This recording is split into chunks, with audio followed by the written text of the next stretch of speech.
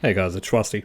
So DICE released the patch 4.1 today for Battlefield 2042, and they didn't really do anything major in this patch. It's mainly just fixing a few bugs and stuff from the Season 4 update.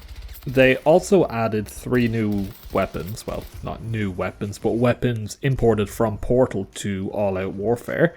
It's the AEK 971 assault rifle, which you're seeing on screen right now.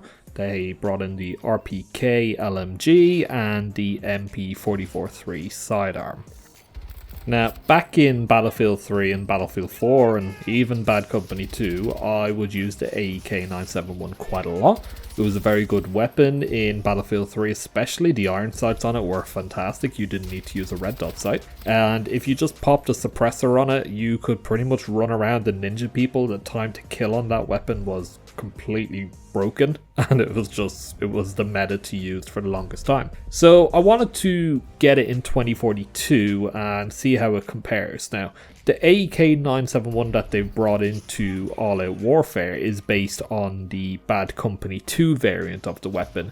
Now, if I remember going back to Bad Company 2 over 10 years ago, I probably used the AEK a fair bit in there as well. It was, I think, the default Russian weapon, so you'd probably use it quite a lot there.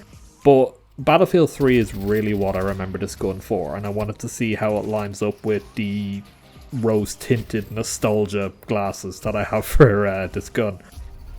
And going into a game, that was a huge mistake on my part. This gun doesn't feel anything like how I remember it in Battlefield 3.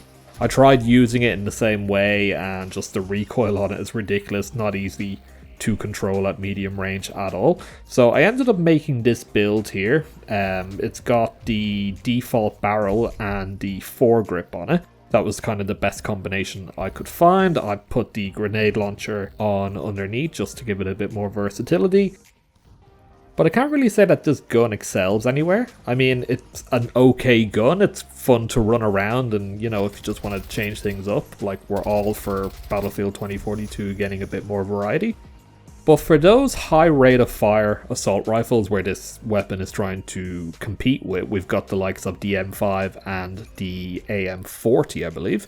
They're much better than this gun in their own right, because they've a much better selection of attachments available. I mean, you can change the magazine and you can change the ammo type, which is something that you can't do with any of the Portal weapons. I mean, the standard magazine it has on it is just fine, but for this kind of gun where you're going through a lot of ammo very quickly, I'm finding it difficult to run and gun with it just because of how often I'd need to reload it. Now, the reload on it is pretty quick. I mean, if you're sensible and tactical about where you reload and stuff, and you've got a trusty sidearm as a backup, it's not really that much of a problem. But I've gotten so used to this game being able to run around with an extended magazine on and being able to drop maybe 4 or 5 people without having to reload. It makes it really good for flanking, and it's a lot more difficult to do that with this weapon.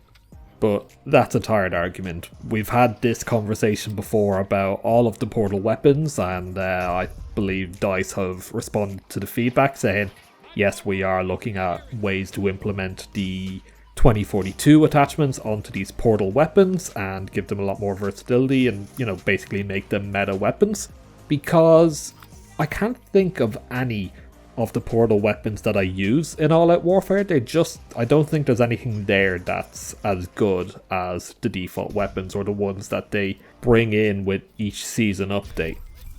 But who knows, maybe DICE will, you know, start focusing on these Portal weapons a bit more and giving them a wider variety of attachments so that they can compete with those main 2042 weapons. Anyway, that's all I really wanted to complain about.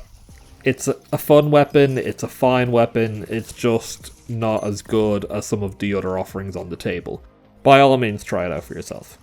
I don't think there was anything else major in the update. I skimmed through the patch notes and it's mainly just bug fixes, and they've retweaked the armor a bit so that you don't get armor for your face. I believe the armor plate is only going to cover your chest now, which is fine. I guess that makes more sense. It's not really something that bothered me too much. So they also said that they'd redone the chat window in game, but yes, they've changed the way it looks, but you still can't communicate with the enemy team, so I don't know what work they did, and yeah, it looks worse, to be honest.